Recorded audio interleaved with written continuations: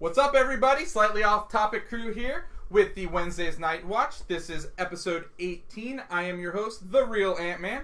I have with me tonight, Eta. What up, guys? And King Black Cherry. What's going on, guys? What's up? Unfortunately, Rhino couldn't be here this evening. I'm not even going to make any jokes about it. So, I'm not even going to make any jokes about it. So, I thought you were going to say something bad. I was thinking about it. It was totally in my mind to just go out and say something. I thought instead of unfortunately going to say, fortunately, Ryan's not with us tonight. I'm being nice. I'm turning a leaf. All right. Yeah, for once. For this week, we'll see. Exactly. Don't worry about it. Don't worry about it. Forget about it. So, anyways, let's start with our breaking news. I'll go ahead and start with an article. It's been buzzing around this week. What kind of buzz is it? Well, okay, so this lady is suing Samsung because she got her cellular device stuck in a very uncomfortable place and not the back of a Volkswagen. And what uncomfortable place was this? Let's just say it's dark, moist, and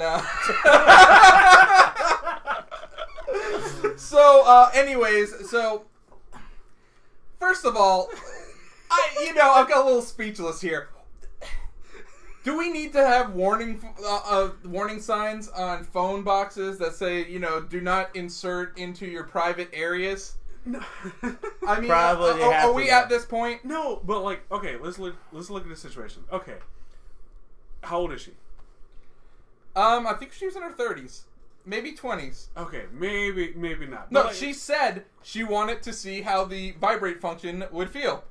Okay, see, I didn't know it went that far. I thought it was to the point where, maybe she was in class or something like that, and the teacher was walking by and she had to hide her phone real quick, and you got pockets, bro. How do you hot pocket? how do you? Maybe she was fat and she was wearing a skirt or something.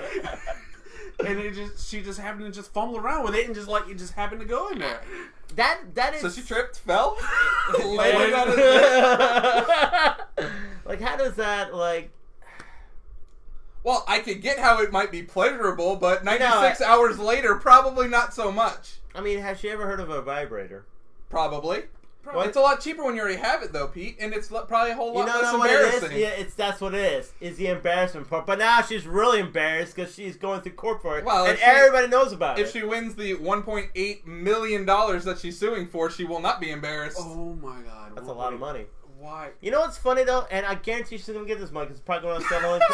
So, Shauna would like to know what you think women store their vagina, Chris. Hey. I've seen 50 Shades of Grey. I know what happens. It's a storage box. They just store everything in there, right? Where do you think they got Pandora's box from, right? Oh! I see what you did there. I mean, they put money in the boobs. No water. No, there's no case of what goes up. You ever see Jackass? Remember the Jackass movie where he put the Matchbox car up his ass? Ryan Dunn. Yeah. Oh, that's the best part of the whole movie. Oh, yeah. He put the car up his ass, and he goes to the doctor to get it out of there. Yeah, they had to get an x-ray, and you see, the car up his ass. Oh, yeah. And he is, saying, the guy saying, oh, they must have some gay love or something like that. I don't know. No, and the funny thing is Steve-O, as crazy as he is, he said, no, I won't do that. And I love it, too. It's wait a minute, you drank, what would you say? You drank piss, the snow cone, the piss snow cone. Yeah, you, did all this stuff, and it's I told my dad, and I love it, his reaction, because Steve was I told my dad what I was going to do, and he just, had a look at disappointment in me. And I'm oh my God. Did you have a look at disappointment at that point? It's hey, yeah, my son's about to stick a car up his ass. Let's see what happens. It's an outer hole, for. Nothing anything wrong with that. It's just saying whatever you guys, nothing wrong with that. But whatever you find for pleasure, go. Yeah, whatever you guys want to do. I, for one, will practice anal abstinence. Thank you. Yeah, nothing wrong with that. What's wrong? You don't want to practice with it? But here's the thing, ladies. If you want pleasure, try not to stick that phone in. Yeah, they make other stuff for that. Yeah, exactly. That's the reason why there's stuff for that. You know what I'm saying? And but hey, she probably is gonna get paid, so good for her. She might, and then we might get awesome warning signs on our phone boxes. Oh, that'll be hilarious. Oh, it will be. I can see the Instagram post now. Now. It's this is only to vibrate to let you know, if not for pleasure or whatever. I mean, but like, there are other crazy stories like that though. Because I mean, if you ever heard of the guy that's in Georgia that kept his mom, the guy kept his dead mom in the freezer for casual sex.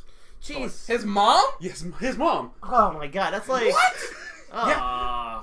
That's like Silence of the Lamb had like Buffalo Bill kind of creepiness. And not only that, but there was another story that happened in Florida, like maybe a month ago, where a guy was like drugging alligators and raping them. Only in Florida. Yeah, Only in Florida. Only in Florida. Only in Florida. Yeah. Only you can find people in Florida like that. Around, I'm talking about the whole world. Only in Florida. Jeez, man, what is up with people, man? Tastes like chicken. No, No, it does not. No. Don't go there with that. No. Oh my god. But it does. I can't even eat alligator anymore after that comment. You know what? It's like, I never seen the whole movie, but it's like Idiocracy. The more, people populate, the more stupid we get. Seriously. That's and true. we got a lot of stupid people out there. Yeah. I'm just saying, though. Just watch the news every day. Yeah, seriously. They're just plain stupid people. You hear them all the time. And you're like, where do these people come from? Where did they go wrong? Where did the parents go wrong with these people? That's my question. I mean, you also gotta look at the fact of like, when did these people snap? When did it come to the point where is it snappage or is it just plain they've always been like that? That's a question. I mean, why makes you want to rape an alligator? He snapped. Maybe something wrong with his head. Maybe he wanted the alligator to snap. Snapping a Slim Jim. Oh yeah! Snap this Slim Jim off. Okay, enough of this subject matter. Enough. Unless you have any more puns to say. Nope. You're all done with puns? Big pun coming with the big guns. But yeah, we're not gonna over the other line. Anyways, so some trailers dropped this week. Yes, you got Fantastic Beasts that dropped yesterday. Yeah. You got Bumblebee that dropped 2 days before, which happened in the middle of the freaking night. Oh yeah. I just happened to be up at like 3:30 in the morning, and I'm like, oh, let me look at the phone. Oh, Bumblebee trailer dropped. Oh, okay. And then like literally a few hours later, third trailer for the Bumblebee trailer dropped. I'm like, 3 trailers? No, two trailers. Oh, so 2 trailers like literally with hours apart from each other. You see, here's my thing though. I don't get that. I don't get how 2 trailers come like back to back. I never seen that. You know? Neither have I. And it's not like it's the same trailer. It is a different trailer. Yeah. Was one like an international trailer? No. Oh, they were both like, that's weird. Yeah, that was very weird. I to be honest though, I saw both trailers. Now I saw the first one. I already thought it looked pretty good. I'm like, oh wow, this actually looks pretty good. Yeah. And then I see these past 2, and I'm like, wow, this movie I'm actually excited to see this movie. And I guess, it's hard, it's funny. Out of all the Transformers movies, there've been 5 of them? Yeah. This would be 6, right? This would be 6. 6. This is the first time since the first one I actually want to watch this in the theaters. Yeah. I think it looks really good because they're keeping stuff on a smaller scale. Yes, definitely. Now, don't get me wrong. You still have your Transformer action sequences. They show a part on Cybertron with Optimus Prime that just looks freaking all-out war and badass. Yeah, I'm pretty sure that scene will last probably 5 minutes. Yeah, tops. and that's probably going to be the beginning of the movie, I'm pretty guessing. sure. Well, no, that's probably going to happen at the exposition part when they're in the woods and he pulls up and he shows like maybe go through like this whole entire like war sequence of like 5 minutes or whatever, and then they cut back to it. That's what I think is going to happen. I think so too. I mean, don't get me wrong. I'll probably go see it, but this would be the first Transformers movie since Transformers 3 that I've seen in theaters. See, that goes to show though how much that franchise has fallen from grace. Because I feel like at first everybody was so excited for it, then you watch the second one, then the third one, and then you're like by the 4th and 5th, you're like you don't even care anymore. They were still making money though. Yeah. They were. They're making freaking a lot of money. Well, you know what's funny? I think the last one is the first Transformer movie not to make $1 billion. So I think that's why they went with this different direction.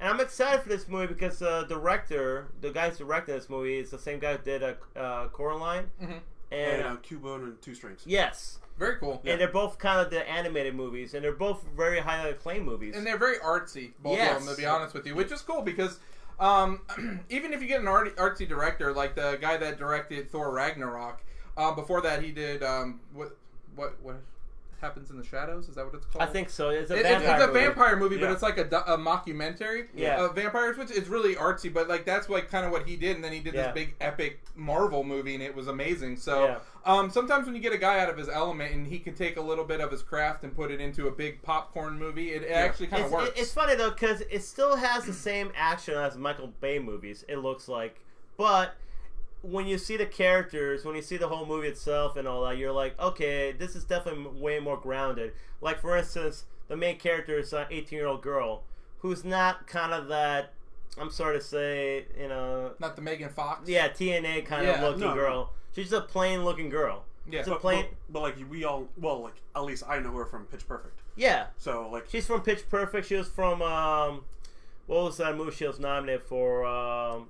The one with Jeff Bridges, the cowboy. Oh, True Grit. True Grit, yeah. She was nominated for True Grit for Best Actress, and she was only, I think, 11 or 12 when she did that movie.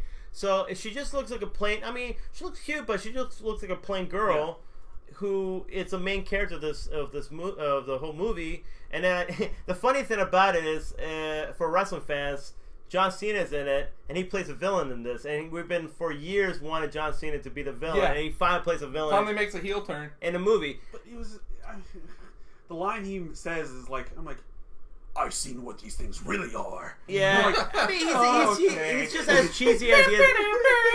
He's just as cheesy as he is in the wrestling, and so he's just as cheesy as in wrestling as he is in the movie. But the thing that gets me excited the most about this movie, like I said, we saw glimpses of Optimus Prime, and it had Soundwave, and it had, I believe, who else did they have? Starscream, I believe.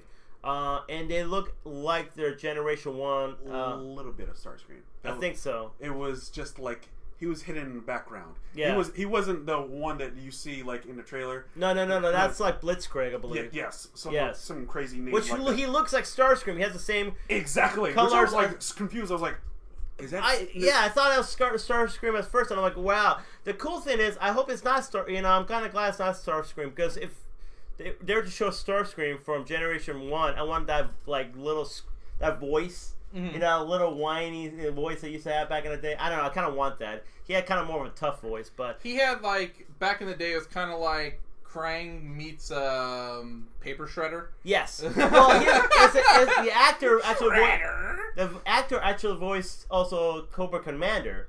I could definitely hear that. You know what I'm saying? Yeah. So yeah, Shauna said, Chris, not to hate on John Cena. Oh, we hate on John Cena. Oh, are you serious? John Cena sucks. John Cena sucks. John Cena sucks. Kind of does. I mean, but he actually looks like he has a good role in this. Actually, this might be his breakout role. No, Blockers was. So I've heard, but I don't know. I didn't see Daddy's Home 2, but he was hilarious in Daddy's Home 1, even though it was just a short period of time. He was okay in. Blockers was funny as shit. But I'm saying, this is more of a mainstream movie, though. This actually might get a more... Blockers was pretty mainstream. Yeah, that was pretty... That's true. But, I mean, I'm just saying, this was... how much did Blockers make? A lot. Yeah, it was at least number 1 for the first week it came out. If not longer. I mean, you got to think of the fact that it came out right before Infinity War came out. Yeah, you're right. And it came out right before Rampage came out. So looks like Ryan Raymond just joined us in the room. So, guys, no more Ryan Raymond jokes. Okay. What's up, Ryan Raymond? But I just saying though, this is a pretty big role for him too, because it's gonna be kind of like what Rock is to Fast and Furious, John Cena might be to this. That's a reach. Rock revitalized it. I don't know if Cena has a big enough role in this movie to say that. I think it's more about Bumble being the girl than it is. Well, he John plays Cena. a villain, but I can see him turning into a good guy. Oh God, of course, the face turn. Here it comes. Well, it seemed to me like he's only doing this because the robot threatened to destroy the Earth if they don't hand him Bumblebee over. Which, yes, I can get, but you're trying to compare John Cena's role right now to The Rock's role in Fast 5. No, I'm not saying otherwise, but I'm just saying this could be his role where he gets more notoriety. Movies. Yeah, notoriety. That's what I'm thinking. Anything that keeps him away from WWE TV makes me a happy man. So give him more roles, Hollywood. Please do it. Not to change subject matters, but I tell you what, The Rock kind of paved the way for all this. Because if it wasn't for a Rock... Well, sure the hell wasn't Hogan. No, it was not Hogan. Suburban Commando? No. This is the 90s. Oh, dude. We sue. Terrible. But I'm talking about, if you look at The Rock, look what he has done. Now you have Batista. Now you have Cena. And, I mean, I can see other wrestlers... Well, Batista's already had a breakout role, though. Yeah, no, but... As Drax? Yeah. Like, dude, he's, like, cemented. But I'm saying, though, like, more Hollywood studios will be like, oh, these wrestlers can actually act. Maybe we should get him more movie roles. Oh. Yeah, I mean, even though The Rock in some of his movies is still The Rock, Cena kind of, I think, needs to get out of, like, playing Cena. Like, I don't think, like, the Cena character is, like, marketable to anybody outside kids. No, I agree. So but he kind of has to, like, come into his own. He kind own. of did with blockers, though. That's not... Yeah, that's true. That is I not... mean, that is probably the one thing, and then not only that, but what's that movie that he had with, I know exactly. Trainwreck? Trainwreck, yes. Yeah. But that was Amy a small... Yeah, with Amy Schumer, but that was, like, a very small role. But he's definitely choosing... Of course, Ryan brings up No Hold Bar. Oh, God. What, with Zeus? Terrible. What was that, Mr. Nanny also? Yeah. Was he and he was in that TV show, Thunder in Paradise. Oh, Blunder in Paradise? Yeah, pretty much. Oh, God.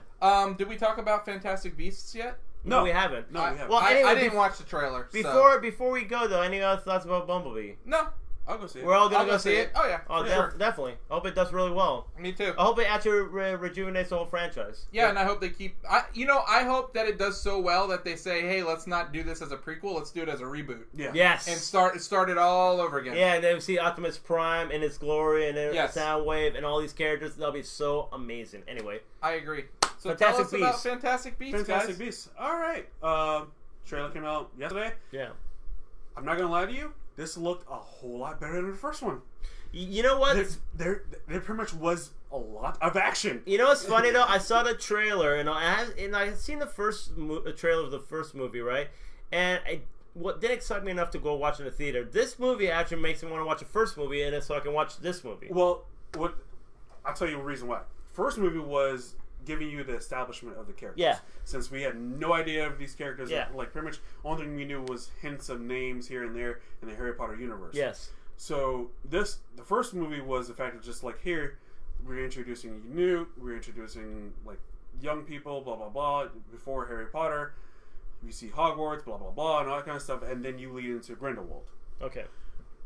This movie looks just straight up just action packed, like no stops whatsoever, and that can be a good thing or that can be a bad thing because we've seen a lot of scenes in this trailer that I'm like, why is there showing so much? Yeah, that's true. So I haven't seen this trailer yet, but I was on the same lines of you after seeing the first trailer. I watched the first movie, wasn't really blown away by it. I thought every Harry Potter movie was better than this one, so I kind of thought it was a step back for the franchise. The first trailer of this movie got me really excited for this new one. I can't wait to watch the new trailer. Yeah, when I get a moment. Yeah, it looked good. But I agree with you. I think maybe they might be giving too much, but I think they have to give too much because I don't think the first movie did as good as the other Harry Potter movies. You could have left that at the Comic-Con trailer that they showed, and you had no trailer from then on. They could have probably just did TV spots after that and been fine. So I kind of, you know what makes me excited about this move too? Jude Law as Dumbledore and Johnny Depp as a villain. Yeah, I think those two great actors. I don't feel comfortable with Jude Law right yet. Really? I'm not comfortable yet. Dumbledore's a tough character, man. Well, you know, he's so iconic. That's a really tough character. He actually very he doesn't seem like Dumbledore right now. He seems very. No, that's what I'm saying. I'm not really he sure seems very normal. Yeah, but in the same, maybe it's trying to build up to something else. You know, would be a good top 6 in an upcoming week or around that time. Actors that played a role, like a prequel role, like Michael Fassbender as Magneto. Like guys that played the role like as well. You know what? Ewan McGregor as Obi-Wan? Yeah. That was a great job he did. Great. He's actually the best out of the whole prequels, honestly. Best actor in the whole prequels. Yeah. So, yeah, but actually... That's a good... we will do that slightly off top 6 save that for another when Fantastic Beasts comes out. Because that'll be the one. There is a lot of great actors who actually played previous roles who did a great job, actually. So that's interesting. That is interesting. No, sticking with this Dumbledore thing, like the movie seems like Dumbledore is still head of Hogwarts and whatnot. And of course, he's head of Hogwarts, but he has this other little secret spy organization, kind of it's like the head of the MI6. Yeah. And he recruits Newt and be like, hey, I need you to go take care of this guy. I need you to go take care of Johnny Depp. I can't do it. Why don't you go ahead and do it for me? And then he sends out his James Bond or whatever, and then goes do it. I think that's pretty cool. How cool would it be to see like the behind closed doors stuff, like during the Harry Potter movies, like all the backstabbing and stuff that was actually going on behind the scenes? Huh? That'd be interesting. You know what's funny though? I'm kind of actually curious. We're gonna see more of that because what I love about the Harry Potter, the whole universe. Well, the whole universe and the whole franchise and all that. It's like the last movie. Actually, spoiler alert if anybody hasn't seen it, definitely Howl's Part 2, is for all that time you saw Snape was a horrible guy. Yeah. You thought he was like a bully to Harry, you know, like you always thought he was a bully, he hated Harry, he always tried to abuse him. And then you realize he was the one protecting him, it was Dumbledore who was actually giving him up. Yeah. It was one of the coolest twists, because I didn't see him coming, like, it came from left field, I'm like, what? All this time I thought to myself Dumbledore was protecting Harry, but actually he was kind of using him as a, like, I think as a way of like the slaughter. Yeah, pretty much. Like trying to use him as kind of bait for Voldemort. And Snape was like, you can't do that. He's a kid, you know. Yeah. And it was such an amazing twist. I'm like, I've never seen that come. It's kind of one of the things where you got to watch all the movies, going to kind of catch that. Yeah. Because it's kind of like, it kind of changes your whole, it kind of turns everything upside down. It's like Sixth Sense, because like you have to go back and watch that movie, and you're like, wait a minute, he was like literally talking to the mom in the kitchen. Exactly. And then you're like, wait, no, he wasn't. What the hell? Yeah, it really changed the whole way you watch the whole franchise, because you're like, wow, okay, I never thought that. That's why hopefully in this movie maybe introduce more like in that line too. It has Dumbledore. He was a good guy, but he'll do whatever it takes to stop evil. Yeah, pretty much. So, yeah, like I like to see more of that. But it definitely looks interesting in this movie. I definitely want to see the first one before I watch this one, of course. Oh, of course. But yeah, it definitely makes me want to watch this. So yeah, it's definitely done a great job, the trailer. Oh yeah. Let's talk about a little Creed. Yes. Oh man. I saw this today, man. Yeah, me too. Yeah. They totally nailed the music again. I just gotta say that. Oh yeah, with DMX. Yep. X gonna give it to you. Who we be? But yeah, dude, I got the feels. You know what's funny though, and I know this is about Adonis Creed, but I'm sorry, that stare down between Drago and Rocky, like random, and they're in the ring. I just got goosebumps. I'm like, oh god, again, they're doing it again. They're staring each other down. Like, this unfinished business and all that. Oh yeah. I mean, we're not. This is about Adonis Creed going against his, avenging his father. But also, you gotta understand too, Rocky and Drago kind of have unfinished business too. Yep. But it's just such an awesome, like, it really comes full circle when you see that, because everybody watched Rocky 4. Of course, you know that Ivan Drago killed Apollo Creed, and now his son, who's getting trained by Rocky, is gonna try to avenge his father by going against Ivan Drago's son. And I kind of like the trailer too, because it shows that Ivan Drago has hit on hard times too, because he's living in the slums of Russia, and I guess he's trying to have his son become that top guy he was. It kind of makes sense too, because I feel like ever since he lost to Rocky, it was probably outcast. Mm-hmm. Probably, yeah. So that's what I'm guessing from the trailer and all that. So he probably has a lot to prove too, and maybe he wants his son to be as great as he was. So that guy is jacked. Who, the guy who's playing? Yeah, that guy is freaking jacked. But when you look at it, man, look at what's his name, Michael B. Jordan. He's jacked too. He's No. Freaking the guy stands over Michael B. Jordan. Okay, it I mean, their weight class doesn't even exist. That's the thing, though.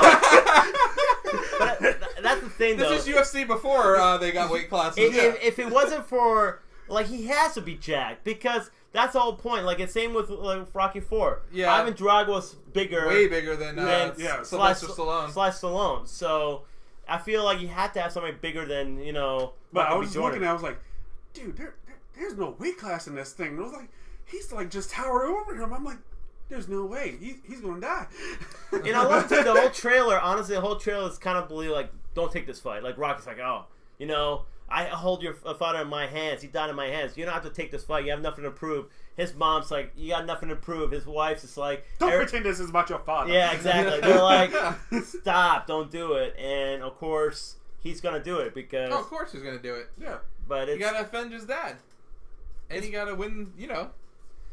You know what's amazing about this franchise? How many movies is this already? Like 8? This is the 8th. Started in the 70s. Yep. And to this day, still gives you the feels. Yeah. Yeah, and honestly, really, the only bad one I would say is 5. Yeah, because Tommy Gunn. Yeah. Because they never really even took place in the ring. It took no, place they on had the a street fight It's at a the end of street the fight. movie. It wasn't even like sanctioned. So. Yeah, and it was like about Rocky's son and like I don't know. Yeah, but it's funny though. Like I feel like Creed's now his son. Yeah. He's taken over the whole. Well, I like that. I'll honestly, I like that dynamic better, anyways.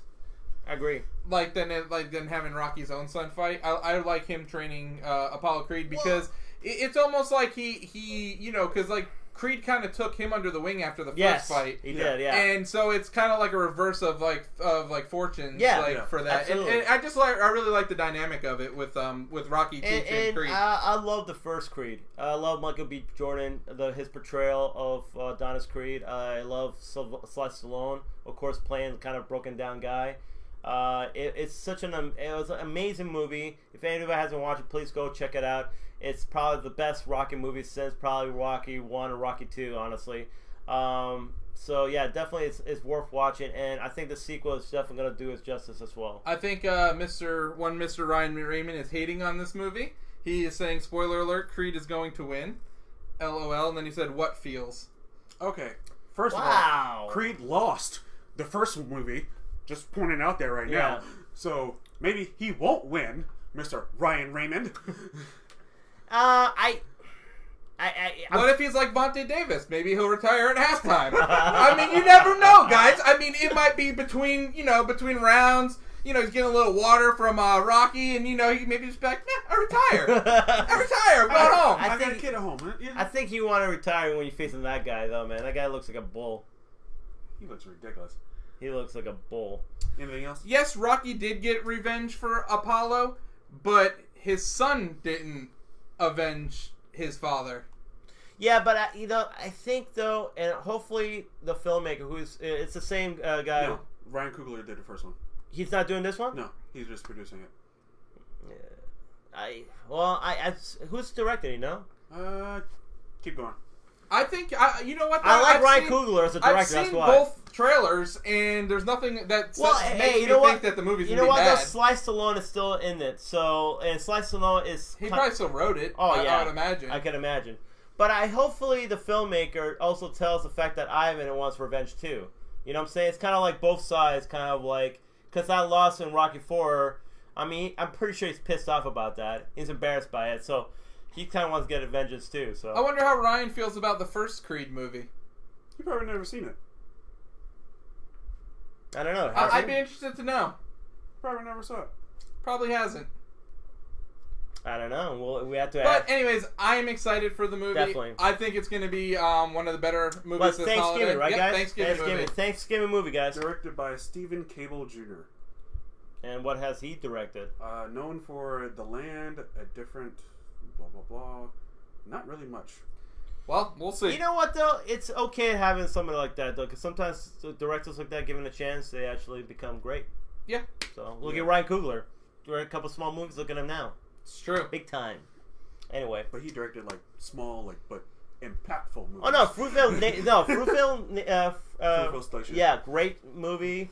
Still haven't seen that one yet. I got to. Great movie. It was actually on Netflix. I don't know if it's still on Netflix, but it was a great movie. Awesome. And then what was the one after that though? I don't know. I think it did something else. Wasn't it Creed? I want to say it's Creed. No, he did. Might have been. It might have been Creed, but I thought it was something. And then else. he did Black Panther. And then then he did Black Panther. I want to say it's Creed, Fruitvale Station, Creed, and Black Panther. I want to say. I don't know. Okay. But hey, he's really good. So in some sad video game news. Yes. TellTale Games pretty much shuttered as a company. They're down. Chris actually knows more about it than I do, so I'm gonna go ahead and take over. Okay. Before the weekend starts, last week, TellTale announced that they're shutting down their studio. And if you don't know who TellTale Games is, sorry for interrupting. They pretty much make all the story narrative-driven games, such as Walking Dead, Guardians of the Galaxy, Game of Thrones, Wolf Among Us. What else? Batman. Yeah, Batman. So and also artists. You already said that. And they were supposed to be making a Stranger Things. Yes, they're on top. That was supposed to be Stranger Things, and also as well, they were with Lionsgate to create something kind of like a narrative-driven kind of game. That was actually kind of like a real life choices kind of thing. But okay, they shut down. Sad news. Very sad news. Not only the fact that they shut down because the fact of they're a known studio, but the fact that they shut down while in the middle of releasing the final season of The Walking Dead. So anybody that's already paid for their season pass, what are they doing for them? Nothing. They haven't announced jack shit. Oh wow! Wow. And tell you what, just today, they started to pull it off the marketplace. You can't buy it on PSN anymore. Season 4? The final season, the whatever. Final season, yeah, you can't buy it anymore. But last episode released on Tuesday. So I heard that they are. There's some other studios that said they're willing to finish. Yes, it. there are some other studios that spoke up. It's like, hey, yeah, we can fund you for this. We can do whatever you need to finish this game and whatnot. My question is, here's the fucked up part. Sorry, I'm cussing. No, it's all right. They released these people, over 250 people. Yeah. Yep. 1 week of freaking healthcare. No severance. That's crazy. That is crazy. And they're based in San Francisco. So you just all of a sudden go to your job, not knowing you're going to get fired. Yeah. Go into a meeting. Hey, you're fired. You only got 1 week left of your healthcare, and that's it. You can come back in a couple of days for 3 hours to get your things and go. It's pretty messed up, actually. That is beyond fucked up. Yeah, and it's crazy too. They actually mentioned. The cool thing is, not from them, but from the rest of the gaming developing world, I've seen a lot of gaming developers reaching out to the people that got fired and said, "Hey, we have job openings. Put in your applications and stuff like that." Yeah. A lot, like right away. Like I know I've seen Traveler's Tale, the Lego company. The one that makes all the Lego games. They sent out a couple things. I want to say Bethesda. Bethesda did. Yeah, Bethesda was out there saying, as well. Yeah, they were looking for Q&A people. So, yeah, there's definitely, it was cool to see the gaming community kind of get around trying to get some of the people jobs right away. Yeah. My whole thing is, as a video game company, especially like something like that, who's made a lot of games, who probably make a lot of money from these games, how do you have such a horrible business? It's their CEO. The CEO that took over last year, who promised to revamp the whole new engine and all that sort of stuff. Yeah. I think he got too ambitious. I think he spent way too much money than he needed to. And not only the fact he didn't look out for his employees as well. Yeah. He was actually hiring employees right before this happened. Yeah. Like literally a month. Yeah, I seen someone, I want to say they got hired a week before. They relocated from one of the East Coast states. And relocated to San Francisco, and then got fired a week later. What the hell? You know what? These people should sue his ass. They are. Sue his ass and take all his money. You know what's funny, though? But I heard a story about the previous CEO, how everybody hated this guy, and stuff like that. Well, you know what? Sometimes the CEO is not the most popular guy in the building. Sometimes he has to make hard decisions. Probably everyone wasn't popular with those, but he was at least probably running the company well. Probably. And because I didn't really hear anything up until... that he got fired. That's when you started hearing horror stories about TellTale. And it's like, I don't know, maybe he was a piece of trash too. You never really know. But at least they had a job, though. Honestly, I think their biggest issue is, one, episodic games are not popular. Yeah. I bought mine. I never bought one. Really? I got them free, or I would buy them on a heavily discounted sale, when they were all done. I never bought the season pass and waited for releases. For Walking Dead, I was seriously. We forgot about Borderlands. That was great. Tales of the Borderlands. Yes. Actually, I had that one, but I had a review copy of that, and I wrote a review for it. So I played Batman Telltale game. It was fun. It was a great game and all that. And it's fun to play through it. I think the problem is with that company, though, they definitely were trying to reach too far. Well, they pigeonholed themselves too. They made one game type. Yeah. It's like if you've played a Telltale game, you've played every Telltale game. Yeah. It's literally you can cut and paste the characters from one to another, and honestly, they make you believe you have decisions that matter, but they don't. You're always going to get to the same conclusion. Not really. The last Batman game, no. So you can play it multiple times and come out with different endings? Yeah. Okay, that's cool. I always felt though that my decisions always led me down the same path. No, because in the last one, you can either have Joker be good or Joker be bad and be. I had Joker be bad. That's Joker, cool. Yeah, you can have actually to a point where you can befriend Joker and he will be your friend alongside you, kind of like Batman and Joker, instead of Batman and Robin, Batman and Joker kind of thing, and you can guys fight crime together. But it will never lead to the point where the fact he will turn on you kind of thing. But I mean, it is a sucky situation. Not only the fact that they closed down, but the fact that the CEO, everyone at higher ups couldn't be like, hey, reach out to the community to be like, hey, we're bleeding dry. We're probably going to close down soon. Let's start a GoFundMe. Let's start a Kickstarter. Let's finish this last season. Yeah. And unfortunately, after that, we'll be closed down. Can you help us finish the last season? I can guarantee you that a lot of people would have paid their money. I think so too. Yeah, I think so too. I can definitely see that. Now we have a half season. Do you think that licensing was also part of their downfall? Because it must have every game they did was a license-based game. It probably was, but I think you gotta think that's extra money right there. You're spending right out the gate. It is, but I also gotta think of the fact they were grabbing money left and right. As soon as freaking Walking Dead season 1 won Game of the Year, they were like, oh yeah, we can grab this property, we can grab that property, we can grab that, we can grab that. And that's the thing too. I think that's why they're too big for the britches, kind of old saying, but they kind of were. They should have just stick with the Walking Dead and maybe another TellTale game, and that's it. Yeah, they should have stayed instead of going to Guardians of the Galaxy. You go into Game of Thrones, you go in all these places and all that, whereas, I understand you're trying to go to all different fan base, but you should stay with one. So, one Ryan Raymond wants to know, speaking of the Joker, how do you guys feel about Joaquin Phoenix's Joker? I know he hates on that. Actually, it's better than, Jared Leto's Joker, that's for sure. Anything's better than Jared Leto's Joker. I'd rather see Cesar Romero's Joker. Well, it's funny though. That's what I was thinking of when I saw that. It looks like Cesar Romero's makeup or a costume from the old Batman movies. But I like his mannerisms. You know what though? Is it a movie where we're gonna be rooting on the Joker? I think it's what it is. I don't know how I feel about that part of it. That's true. Forget about how he looks. We're gonna be rooting on the Joker. I don't know. How can they make that story coherent and work? How can we root on for Venom? True. But is he fighting against an evil? Yes. But who's going to be more evil than the Joker? I think it's more of him becoming the Joker. More, he's not the Joker yet. Or, hear me out here. Yeah. What if the fact that he was a part of a gang or whatever, part of a mob, and then he got crossed over and whatnot, and then became the Joker, and is going to fight down and take down the mob. I think take it over. I think actually I could see that. No, they're actually based it. I think more on what was it?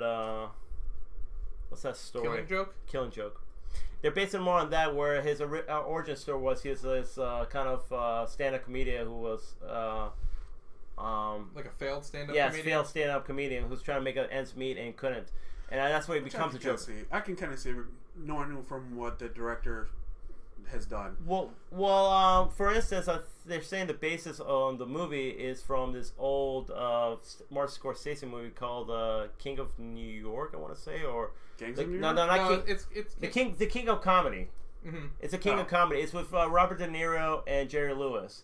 And Robert De Niro is a stand-up comedian who's kind of he's up and coming stand-up comedian who kind of idolizes Jerry Lewis, who plays a legend stand-up comedian, Jerry Lewis, and he kind of stalks him and is real creepy and all that stuff. So they're saying that that's the basis of that movie. So, and I think that's what he's gonna be. He's gonna be kind of failed stand-up comedian who becomes a Joker, becomes crazy and starts doing crimes or whatever. Mm-hmm. So that's interesting. So yeah. But it's a much more smaller scale movie, which I appreciate. I appreciate that too. Yeah. I just think it's weird to be rooting on the Joker in a movie. I mean, I think it's gonna pretty much he's a bad guy taking care of other bad guys. Okay, so almost an anti-hero. Yeah, almost. Okay. Nick wants to know how we feel about Apple making their own processor, dropping Intel by 2020. Oh, thanks, Nick. That's a good question. What do you guys think? What was the question again? I'm sorry. What do we think about Apple making their own processor and dropping Intel by 2020?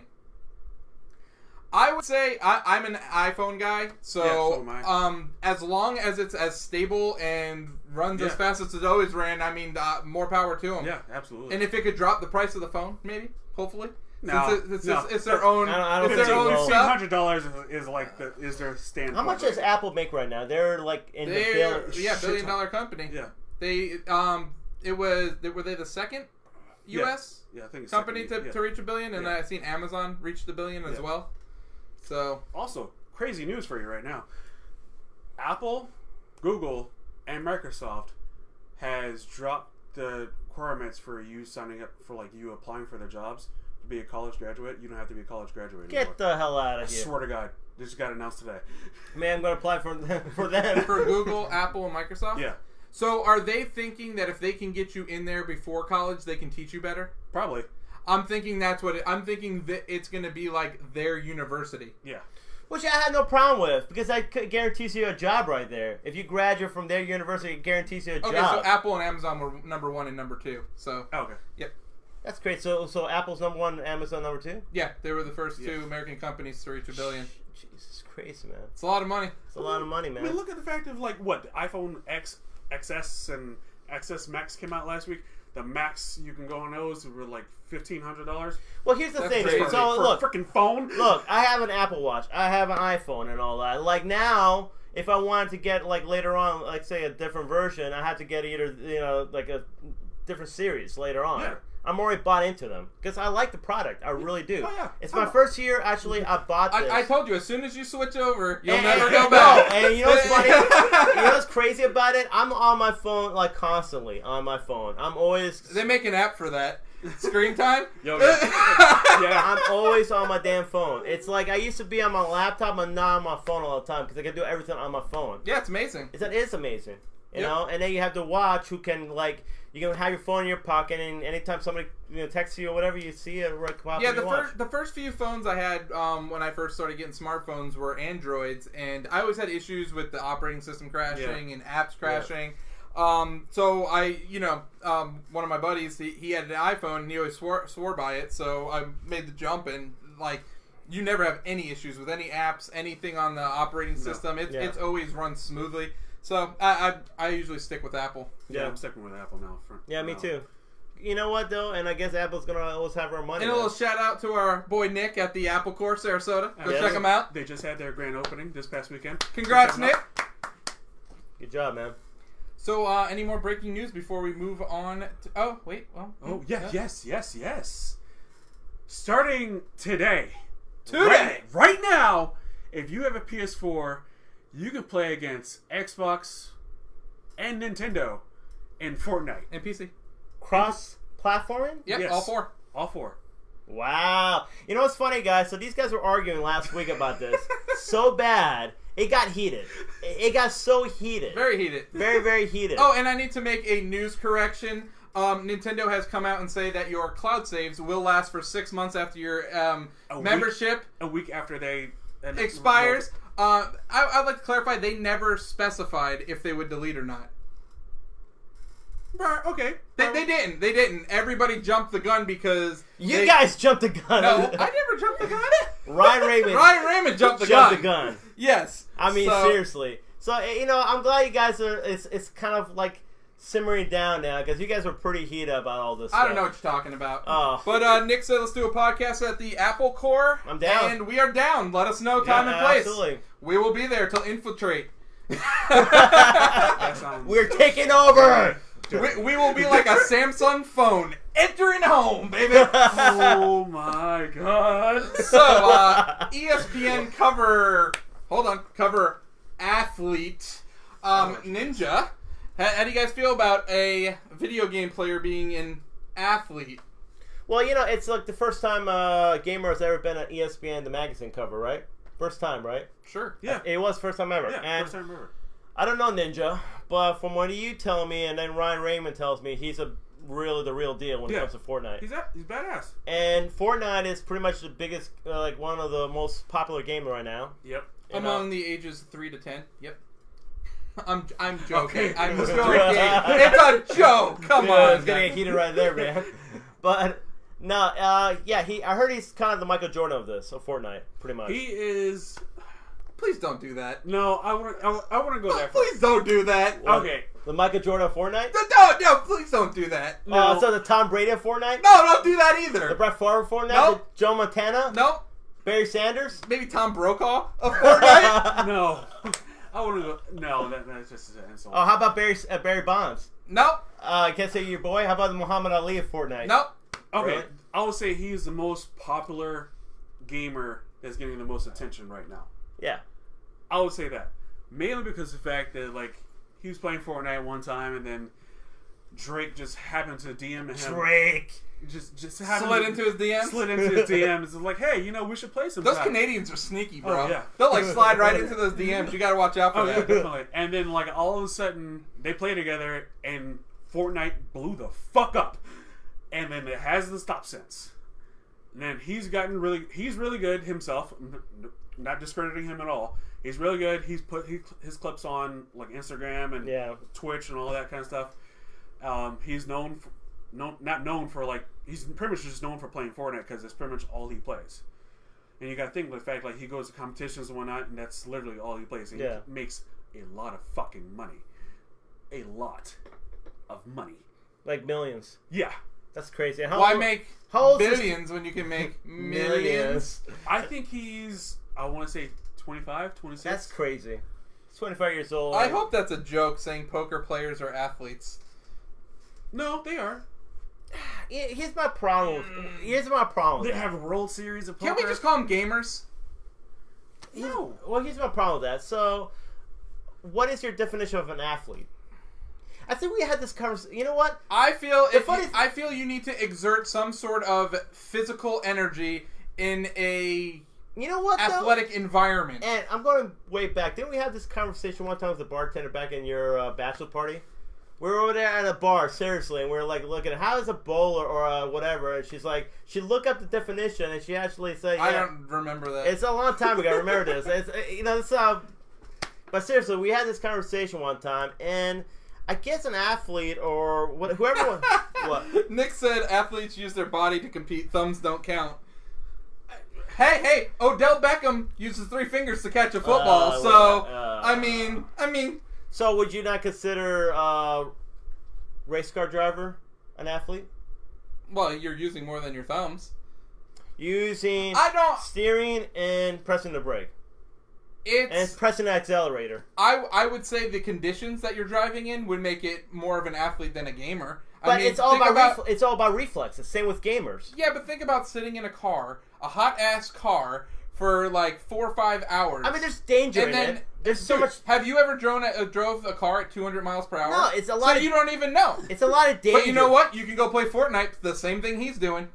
Yeah, but he's good at it. I'm not saying he's not good at it, but I guarantee you, if Pete starts driving a NASCAR around the track at 220 miles, he's either going to end up in the wall or a body bag. Or both. It's all about practicing it. You find your niche, you find what you're good at, and you get to the point where you get paid for it. Well, I mean, the whole thing is we're comparing. Should a gamer be compared to a professional athlete? I think they should.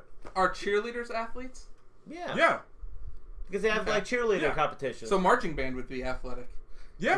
You telling me you're an athlete then? I must be an athlete. You're the well, you didn't go. I'm a little drummer boy. I went to competitions. Damn straight I went to the drumming competitions.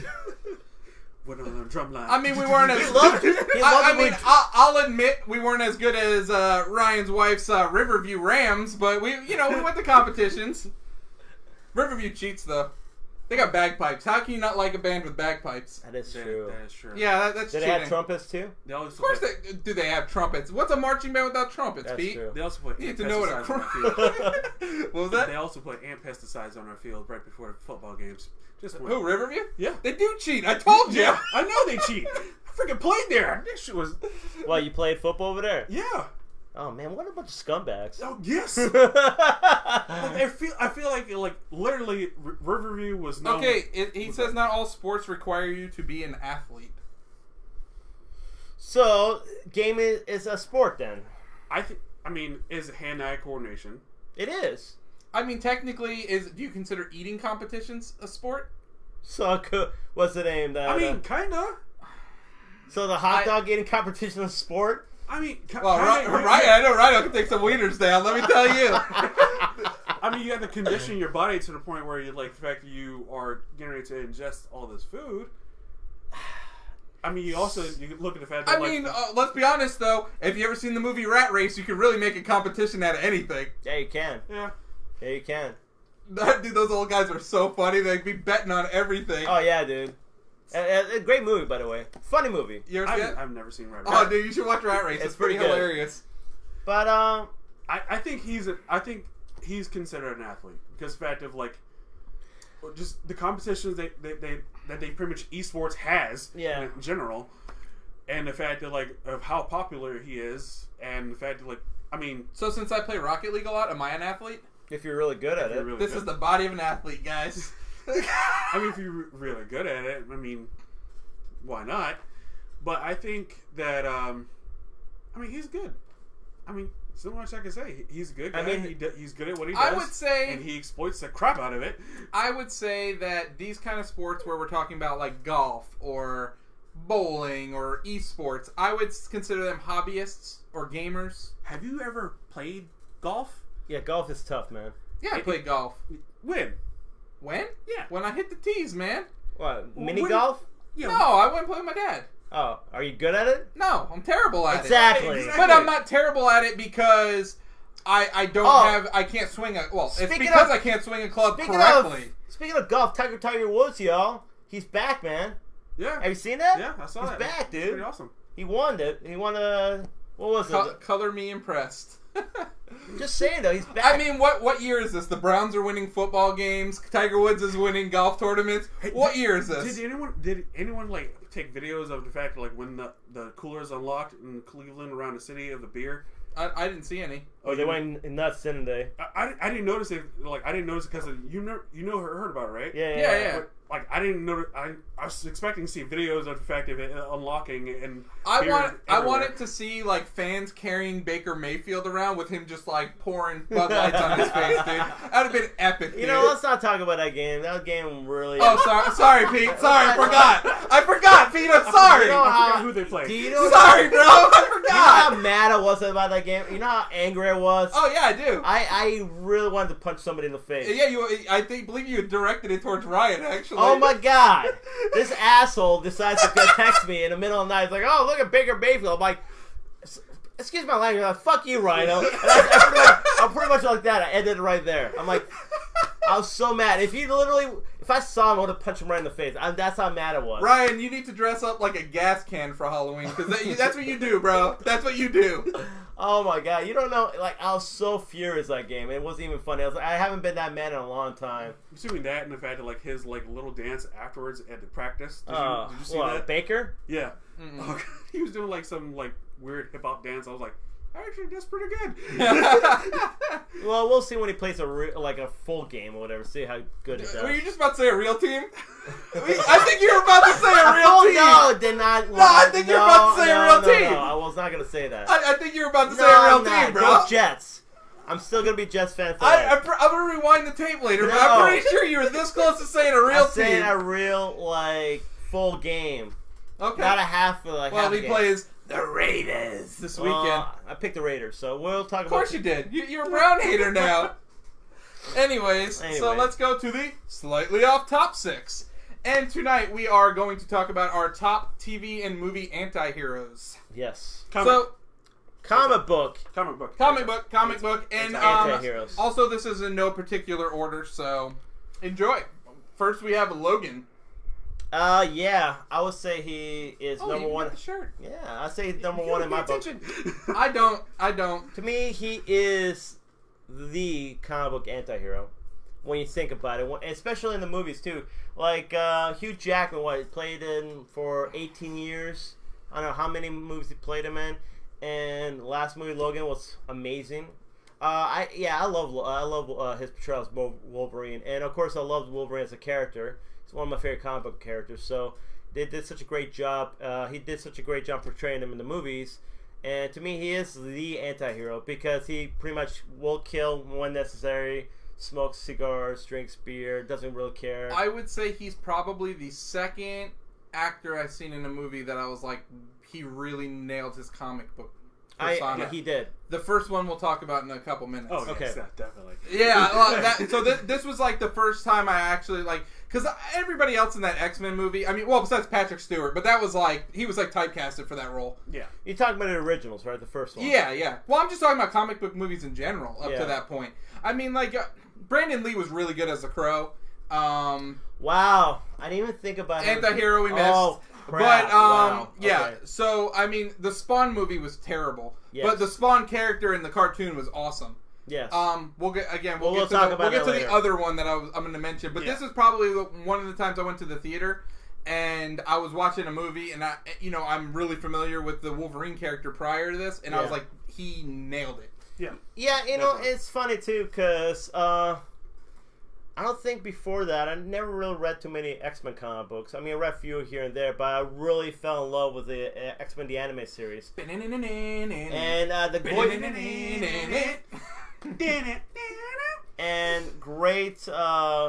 great cartoon series.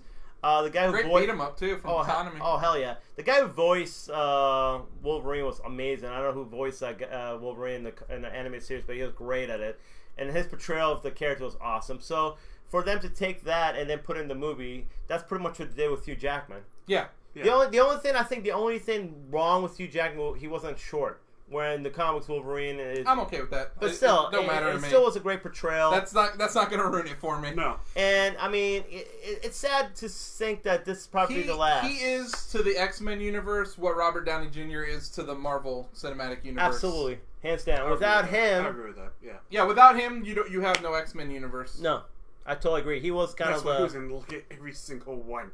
Yeah. Oh yeah, pretty Every much. single freaking movie. And I mean, don't get me wrong, First Class and what was it, Age of Apocalypse or Dawn of Apocalypse? No, Apocalypse and then Days of Future Past. Yeah. Days of Future Past, that's what it was. Yeah, I mean, the First Class was really good, and that really only had a cameo of him in it. Yeah, great cameo. But I felt like Michael Fassbender was almost like the Doctor Strange, where he was a guy that maybe came in later, but he was just as powerful, or even a Peter Quill, kind of like that. Where you had a second guy to enter the franchise that was just as powerful as the first guy. Yeah, Michael Fassbender was amazing as Magneto.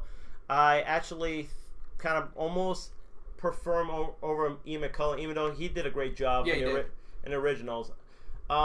It's so hard to say James McAvoy is better than Patrick Stewart, though, just because, like, when they first announced the X-Men movies, like, the number one casting everyone was saying is Patrick Stewart needs to play Professor X. Yeah. Like, there was, like, no doubt, and he nailed it. Yeah, he did. And it really, there's no argument there. But, I mean, James McAvoy does a good job. For the shoes he has to fill, he does a pretty good job. So, before we go somewhere else, we talk a little more about this. I heard that, was it Bob Iger, the CEO of Disney, actually confirmed that once the whole Fox deal is done, once they actually attain Fox Studios and all that, Kevin Feige's in charge. Yeah, Kevin Feige will be in charge of the X-Men franchise, which is Feige. Yeah, Kevin Feige's. Yeah. So I hope that, I mean, of course there's going to be some recasting to do, right? That's the whole damn thing. Well, I'm pretty sure they're going to keep Ryan Reynolds as Deadpool. I don't think they're going to And they should keep Michael Fassbender as That's what I think. I don't think they're going to keep Fassbender. Oh, that sucks. See, he's so good. I think they should, and this is the reason why. Because when you see him right now, I mean, he looks like a young Magneto. But in the future, he's going to look like Magneto in the comics. White hair, he looks perfect for that role. So we're just going to go and blame the fact that, like, these people have been inside the MCU the whole entire time? We're just going to believe that? Let's just flashpoint it. Different Earth. We'll just DC it. You think No. Why not? Why not? That's not gonna Why work. not? We'll just do a different Earth. I think they'll just start from Why can't Inhumans be X-Men on another Earth? Instead of the Terrigenesis that creates the Inhumans, why can't it be a mutant gene on another dimension? Why can't the fact that when they reverse what the Snap did, then a mutant gene starts from there? Okay, we can do that too, but we can still have the same characters. You still have the same characters, but not the same actors. Just Michael Fassbender could pass. He gets a pass.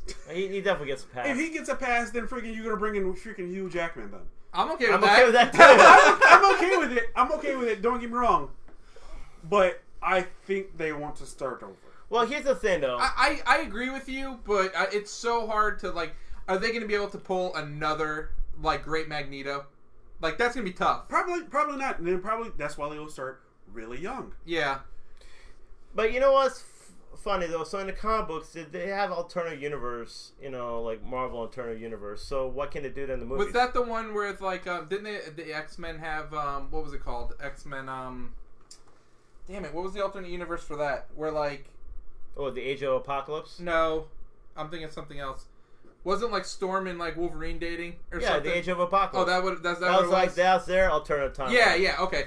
So yeah, that's what I was thinking of. Yeah. Gosh, that's just... So, like, but I'm saying it's definitely possible to do that if they wanted to. I know it's stretching the imagination, but at the same time, I think they already have done that with Marvel. They already stretch the imagination, whereas before they're kind of keeping it all simple, scientific. Yeah, now, I mean, if we're believing, like, someone could snap and kill half the universe, I mean, we could really believe anything, yeah, right? pretty much. I mean, we can't really believe it. Like, oh, there's another Earth out there?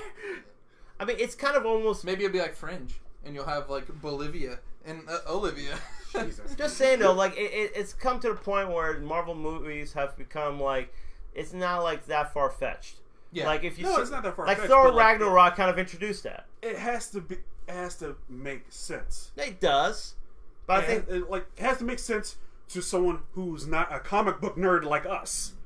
Like, to make sense who, in fact, like someone who just watches the movies like we do. But the thing is, though, when you see Infinity Wars, I mean, whoever watches Infinity Wars, would that whole thing make sense to them? Like how? Yes. I want to watch Infinity Wars, not, like... I wish I could erase my memory of every Marvel movie and watch Infinity War without watching any Marvel Yes, movie. I think Oh, it's confusing as hell when you freaking... But I think you still enjoy it, though. No. I think you still enjoy it. No, you won't. I think you will. I don't think you would. No, I think you Chris won't. is right. No, you won't. Because I you don't don't think know you enjoy it. anything was going on. Because I've actually showed it to someone else, and they're like, what the fuck is going on? That is pretty funny, actually. Yeah. Like who's this? Who's Why that? does he have a nutsack of a chin? Yeah. Like, I had to Is that his weakness? That's what I heard. No. I had to freaking No, show it's my not. parents, like, last 4 or 5 movies before going to see this one. To catch them up. I mean, yeah, of course, you have to watch the Could previous... you just watch the Avengers? Would that be enough? Avengers 1 and 2? And then maybe like Civil War? Would that be enough? No, I don't think No. so. Like, Because that doesn't explain Guardians of the Galaxy. Yeah, that explains like Thor being in Spider-Man. space. Like, why is Thor in space and Loki in space on a spaceship? That you have to see Thor Ragnarok for that. And then you'd have to see Black Panther to understand Wakanda. Yeah. Yeah. It's Okay. like, why is an African country like? Oh well, no, you can watch Civil War and understand Black Panther. Yes, you can. You could. Yeah, because you really don't need. You wouldn't need to watch because nothing But really did changed. they ever talk about how futuristic? Yeah, well, you see him in a spaceship though. Black Panther driving a spaceship, so you know they're kind of advanced. You know, but they never. What spaceship do you see in Black Panther? Remember, like he was like going over there. Oh yeah, when he went to like Oakland or wherever it was. No, no, That no, wasn't no, a no, no, spaceship. no, It was no, like no. freaking just ship. It looks like a spaceship. Looks like a spaceship. Doesn't mean it's a spaceship. Did it look like the X-Men? Like It kind of looks yeah. like that. Yeah. But it looks so futuristic. It looks way more advanced than anything they're doing right now. What's the X-Men ship called? X-wing. Is it really called an X-Wing? Yeah, it's really called. Isn't X-Wing. that what Star Wars? X-plane? No. No, it's Y not wings. X. Y wings. No, that's Star Wars too. Oh, gee. It's not X. It's X-plane or X something. Yep. Anyways, we'll We'll look look that it up. up. Someone looked it up. That Let's go to our next one. yeah. Deadpool. Deadpool. I mean, Ryan Reynolds, Syrup, you know, the norm. he's good. Great casting. That's all I gotta say. What? Oh no, pass me water.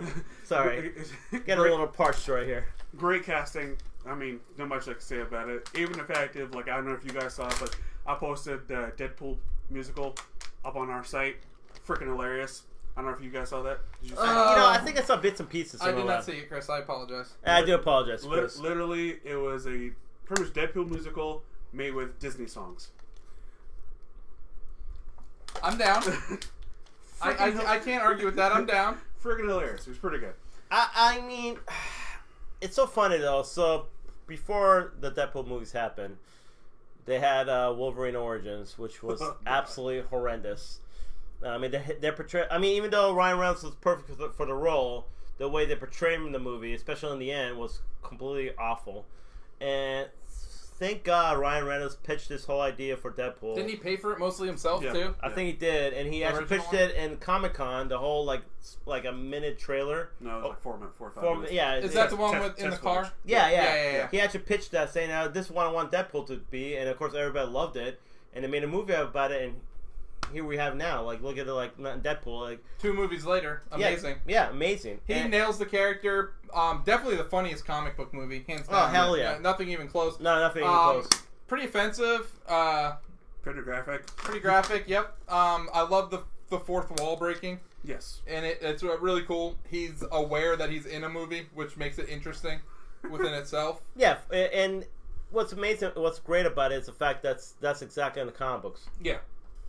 And it was just made really to make fun of Deathstroke, really. It was supposed to be a parody of Deathstroke. Who's Slade Wilson. Yeah. And Deadpool is Wade Wilson. But the cool thing about it is, like, at first he was supposed to be like homage. Yeah, exactly. But then it made him into a comedic character. Mm-hmm. And so it's funny, even though he looks like Deathstroke and has very similarities with Deathstroke, he's nothing like Deathstroke because his character is completely opposite of Deathstroke. You know, he has no sense of, like, it's pretty much, he never takes anything seriously. He's, you know, always making jokes, breaking the fourth wall. You know, he even knows he's a comic book character. Mm. So that's what's so great about the character, and that's why he's actually more popular than Deathstroke right now, in a sense. Yeah, so, I would say so. So yeah, great character. Blade. So this was the first one I made mention to of a guy that absolutely nailed his character. Yes, definitely, for sure. I agree. I remember seeing. God, I don't remember when the first movie came out. I remember seeing it and I was like, "Ooh, I should not be watching this," but because I'm so young. But how old were you when we saw that movie? I saw it as soon as it came out. So like 7, 8, something like that. Yeah. Wow, that's crazy.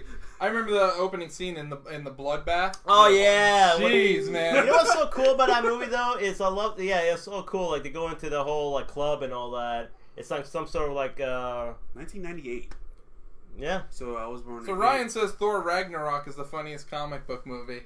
Ryan, I know you're trolling. It actually is a really funny movie. It's a really well made movie, well directed movie, well acted movie, and one of my favorite Marvel movies. So I agree with you, Ryan. It is one of the funniest.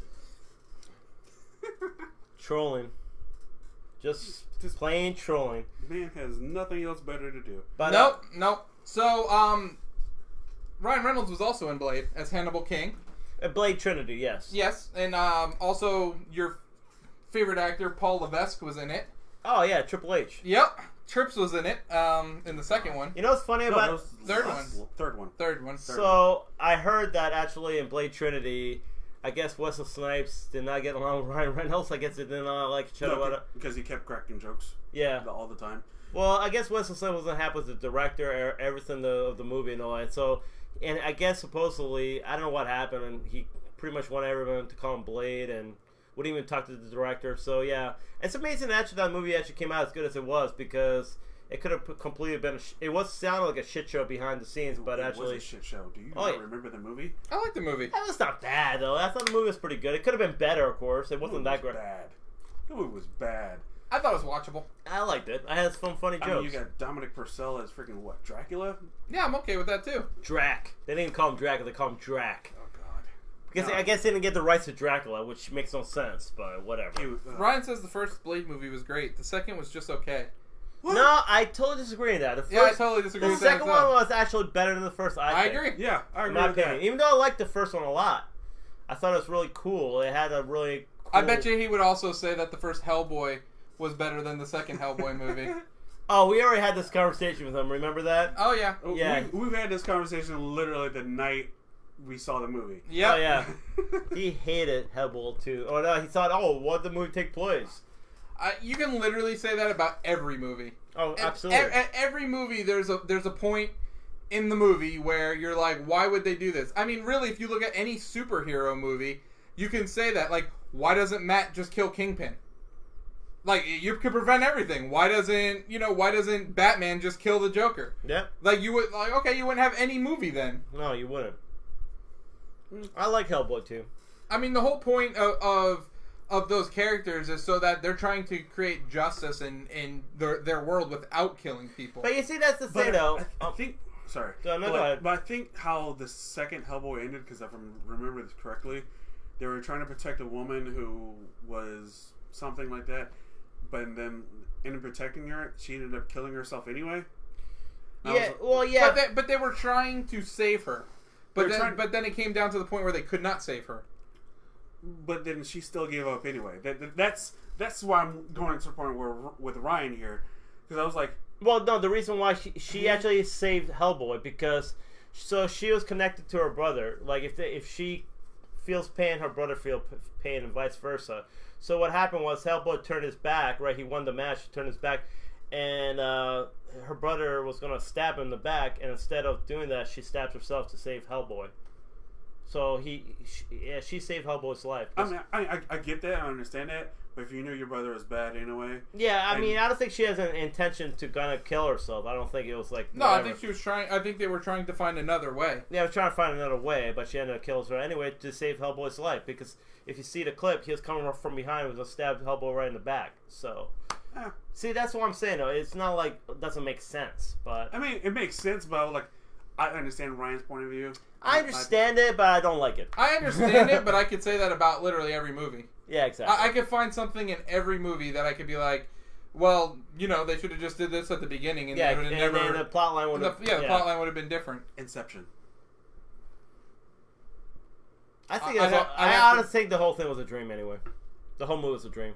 There you go. I don't think if someone would have just killed him before he had the dream, the movie would have never happened. Dude, the whole movie, Inception, the whole movie is a dream. I don't think he's always been dreaming.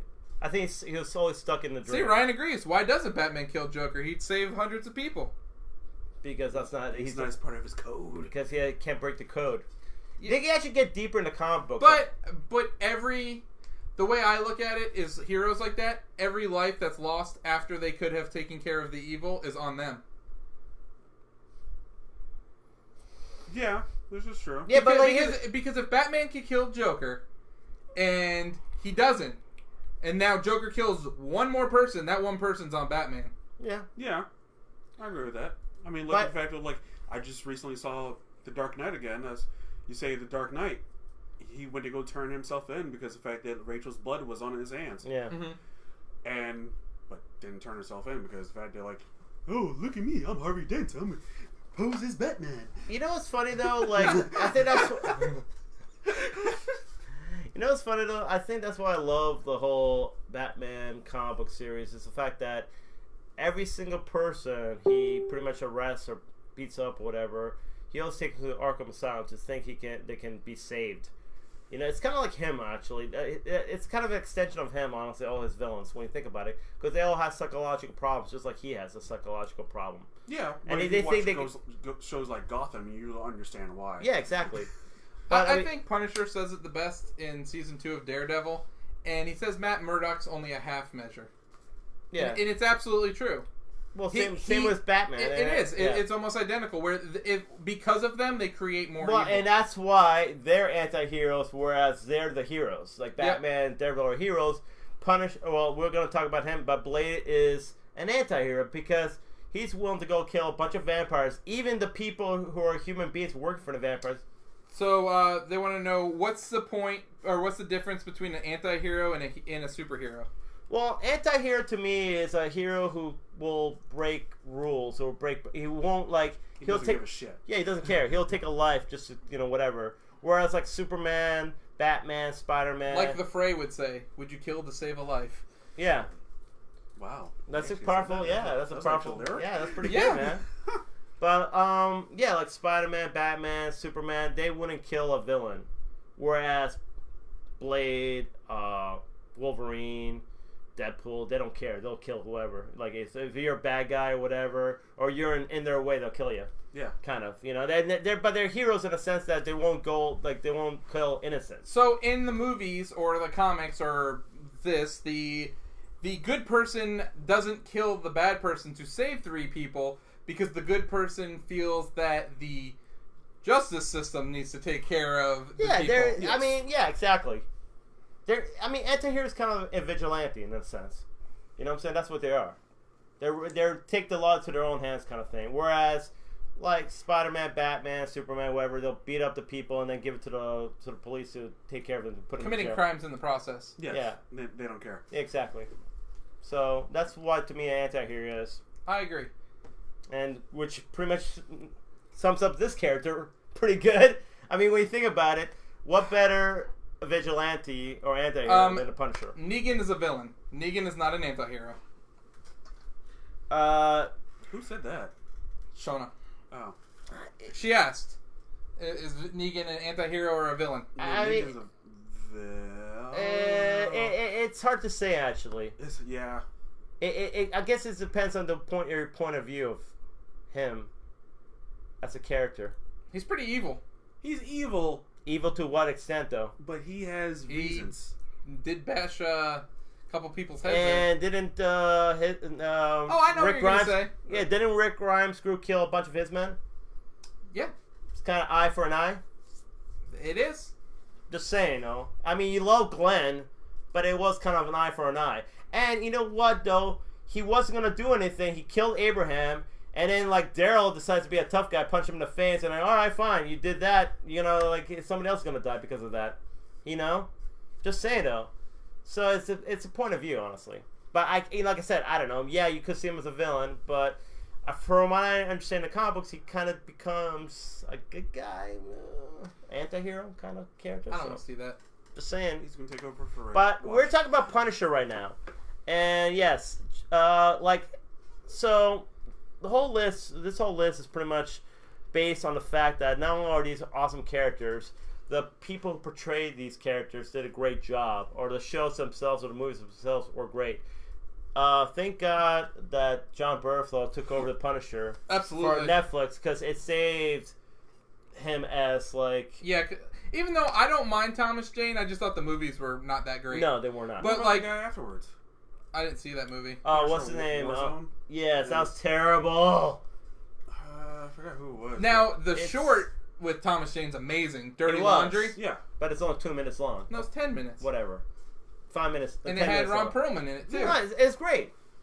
But this is amazing. See, like, to me, that should have gotten the same kind of love that Ryan Reynolds' Deadpool got. Yeah. Like, they made that awesome Dirty Laundry trailer, and then... You know who made that? The same guy who made the freaking Power Rangers one. Really? Get out of Yeah. here. That's Sa- awesome. Same guy who did it. No, you're right, though. Like, I do agree with you. I think they should have made a movie based on Dirty Laundry from Thomas Jane. They didn't, unfortunately. But at the same time, I'm really happy what they did with Punisher on Netflix. Because I think they did an amazing job. For anti-heroes, he's pretty freaking brutal. Oh, yeah, he is. Oh, yeah. Definitely. Like, what he did to Jigsaw at the end of that... the end of the first season was just disgusting. Well, what he did Cringeworthy. Actually, what he did to... Did you finish the season, Chris? I watched it, but I don't remember what happened. On the carousel? The glass? He, like, pretty much... He was, like, scraping his face against the glass? Yeah. Oh, okay, yeah. That, or how about the General, Agent Orange, when he, like, ripped his when you eyes see all out? the Saw movies, and you're just like, okay, that No, I think, honestly, Agent Orange was even worse. Because he stabbed the guy in the neck like a bunch... Yeah, and then he, like, he gouged his eyes out. Oh, my God. that does nothing for me. Just saying, though. That's pretty brutal. I'm sorry, but like I watch all the Saw movies and And Hostel. and Hostel and all that stuff. So I'm like, that was kind of like. But I think that in a comic book like realm, you never seen that. You never seen that violence in a comic book like show or movie. Honestly. Daredevil is pretty violent. Yeah, Blade's violent. Yeah, but every time. Blade, let me chop you right in half But and let you grow back together. Every single time he chops somebody, they except for like Deacon Frost, they turn into ash. You know what I'm saying? You usually turn into ash, all of them. Oh, most of them, yeah. It's not like you see the brutal like I said, gouging the eyes or whatever stuff. I love Blade though. Don't get me wrong though. I'm actually glad you mentioned him because I totally forgot Blade how great it was. How great of anti-hero I was. wish they would put Blade in the MCU. Seriously. I mean, you know what the shame about it is Wesley Snipes is too old. He can't play Blade anymore. But I hope he play Old Man Blade. He should do Old Man Blade and teach somebody else to be Blade. That would be badass. Yeah, that would be actually. I can see that. But who? Who? I don't know, but you're right. That is pretty badass. But let's talk about John Bernthal as a Punisher. He did a great job. So if Punisher is an anti-hero, superhero, because he knocks out the scum, what's the biggest difference between Davos from Iron Fist? So Davos from Iron Fist... Wait. Hold up. I gotta answer this question. I did not watch this. It doesn't matter. Hold your ears then, because I gotta answer this question for our our faithful viewership. Okay. So the difference is that Davos. You know what? I can still hear you. Well, cover your ears more. Okay. Davos kills innocent people as well as people that deserve it. Punisher doesn't kill innocent people. You know what? It's not working. I don't care. You just tell me. I just said it. Well, I heard. It's over. Okay. Well, you don't know who he killed that was innocent. Yeah, exactly. But he killed people that were completely innocent, and he had the right intentions first, but he crossed the line of killing innocent to people that were criminals. And that's the thing, though. That's the thing about anti-heroes. They don't really kill innocent people. They have a code still. They still have a code. Yeah. Like, if you see Deadpool, he has a code. Mm-hmm. Like, when it came to the kid in Deadpool 2, he went across that line. Or about, what was the guy named Pete? It's like, oh, you get home, Pete. You go home, Sugar Bear. Yeah. Like, there's certain lines they went across. Like, same with Wolverine, of course. Same with Blade, too. Like, Blade, even though he was a badass and he didn't really give a crap. Whistler. He still has some feelings for certain people. Yeah. So yeah, he went across that line. I know you can't teach being half vampire, Ryan. Who's to say he can't reproduce a half vampire? Sheesh, that guy. Yeah. Oh my gosh. So technical. It is a comic book. I know. Get the freak over it. Maybe he'll take part of his blood and insert it into somebody else and make him half vampire. He'll be that's terrible. I hate her already. Or if it, wait, didn't I do that in the movie? No, they should turn it like what'll really get him boiling is if they make Blade a female. Oh my god! You know oh my god, that would be the. You know what's funny? They did that in the comic books. They should totally do No. that. I mean, no, they did that actually where Blade was kind of looking after a younger, like a girl. Almost like the storyline of Trinity, where he like Whistler's daughter. Yeah. Almost similar to but that. It's just younger though, I guess. But that's what it was. So kind of like Old Man Logan. Yeah. In a way. Yeah. But that's what it did There in you the go. comic books for a little bit. I wouldn't mind that. I wonder how he feels about Wolverine being a girl. X-23. X23. X-23. But she's kind of her own separate character. Yeah, but it's still Wolverine. But then you can say Gwen Stacy's her own. Oh, he probably hates Spider. Oh yeah, Spider-Gwen. By the way, though, X-23 would be a great female anti-hero. They haven't shown her yet in the. Well, they kind of did in the Logan, but she'll be. If they bring her over to the MCU, I can see that. I'll be okay with that. Just saying though. What, Spider-Gwen? No, like X-23. Oh, X-23? Yeah, I'd be okay with X-23. Yeah. It should be a great... Instead of having Logan back, just have X-23 Well, she's a great female anti-hero right there. Yeah. And she would be a great transition for, if they want to introduce that's a great way to do it. Because you don't really have that. You don't think you have, like, someone who's that brutal as a female character. No. Mm-hmm. So, especially in movies and TV shows, so... Anything else we want to say about John Bernthal? I can't wait for season 2. I love Punisher. I thought the last... When's this coming out? Probably next year. No, I'm guessing December. I bet you they drop all their seasons that they have lined up before the Disney deal goes through. Dude, that'd be amazing if they do. How they did. Yeah. Like last year. That'd be amazing if they do. But I really enjoyed, especially the last 4 or 5 episodes of that season 1 was amazing. I love to see more of him, and I love the whole psychological aspect he brings to the whole Punisher. Even like in the end, I remember he was kind of like doing his own meetings and saying that first time in my life I'm actually scared because he's scared to be normal. So it's a great dynamic to the character because he just wants to be the Punisher. Yeah, he just wants to be that's him. Yeah, he can't be just a normal person. So Ryan said she's not Wolverine. So if she's not Wolverine but can be used on his blood to be his daughter, who's to say the same thing can't happen with Blade having a vampire kid? Or half vampire kid. Oh man. Oh, now he's getting fired up. I love it. Woo! Constantine. Good stuff. Good stuff. Very good stuff. Keanu Reeves, Constantine. I forgot what the year this came out. I remember seeing this in the theaters. 2002? No, 2006 or 7. That late? Yeah. No. I'm going between 2002 and 2004. You're wrong. I think it... Oh, yeah? No, it was before I started working at GameStop, and that was 2006 when I started working there. So it had 2005. You didn't say 2005. I say 2005 now. Alright, 2005, you think so? Yes. Okay. Prove me wrong. Prove me wrong. Alright, keep... Talk about it. Anyway, Constantine. I actually like Constantine, even though in the comic books he's portrayed as a British guy, which they didn't actually in the TV show. 2005. Oh yeah, I told you. No, you did tell us. You changed your mind. Because he said 2006, and I was like, it has to be 2005 then. Get out of here. So anyway, so yeah, and Chris told you. whatever. So anyway, so even though Keanu Reeves didn't portray him as a British guy like in the comics he is, I thought he did a pretty good role, and he did a pretty good job as Constantine because he brings his kind of very sad state, like because Constantine is like that, a very sad kind of like depressed guy. Yeah, smokes all the time. Kind of doesn't. Sounds like Ends of Days. Yeah, he just doesn't like. Yeah, very much End of Days ish. Like. Yeah, except he's not a quiet boy. That's a great movie, by the way. Yeah, it was. I love really End of Days. But yeah, he did a great job at playing Constantine. I thought. And I actually liked the movie as well. No, it was a really good job. I remember the first scene of that movie where he had to do like pretty much like an exorcism. Oh yeah, of a girl, and like she was like tied to the bed. Yeah, and all that stuff. And I remember it being like really, like that scene was like really just captured you into the moment. And you're like, holy crap, what is going on right now? Yeah. And the fact that like ever since after that, even with the fact that it had Shia LaBeouf in it, which again I can't believe that even happened, but either way, it was a good movie. Yeah, it was. Rachel Weisz played her character very well. Yeah. Even until the end where he sacrificed. What did he sacrifice? He made a deal with the devil, which was played by the guy who's in Prison Break. The guy who's pretty much in every like Russian. Peter. Are you talking about Teabag? No. The Russian guy. He always plays in Russian movies. Peter Strohmeyer. I don't know. Sure. Peter Strohmeyer. Something like that. Something like that. Yes. To that extent, he was good character. Good devil. Great. Good devil for that point because he made better than Al Pacino in Devil's Advocate. Oh god. He played really.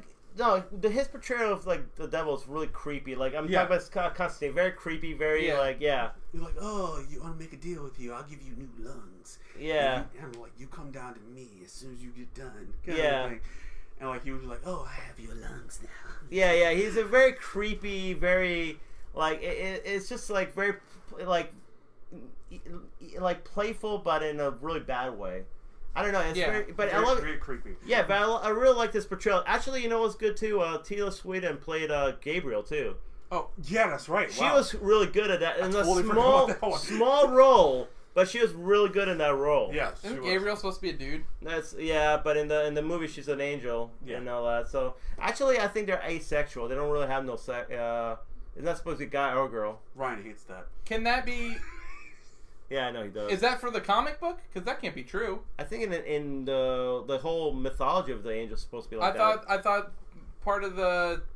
I don't want to get into Bible class over here, but I thought part of the thing was that they one of the reasons for the apocalypse was that they were coming down and like sleeping with the women.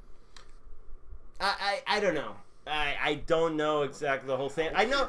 I just seen from certain like movies and all that. Supposedly they're portrayed that way. They don't have no like. Remember, I think it was in Dogma. They had no. Yeah, but dude, you're gonna go by Dogma for your. Ben Affleck and. I'm just saying though. No ticket. Just saying though, like that's the way they portrayed it. I don't know if it's true or not. I'm not sure about that. Like, you want to guys correct me? Go ahead, correct me. But anyway, so it's. They had some cool small roles. Actually, who else was good in that? You know who was good in it too? Bush, the lead singer Bush was in it. Kevin Rossdale. Yeah, he played Bulbasaur, I think it was, like the demon Bulbasaur. Oh yeah, that's right. Yeah, not the Pokemon character, but like no. Is that Beelzebub or whatever? Beelzebub or whatever? No, I don't know what the name was, but it was Beelzebub or I don't know.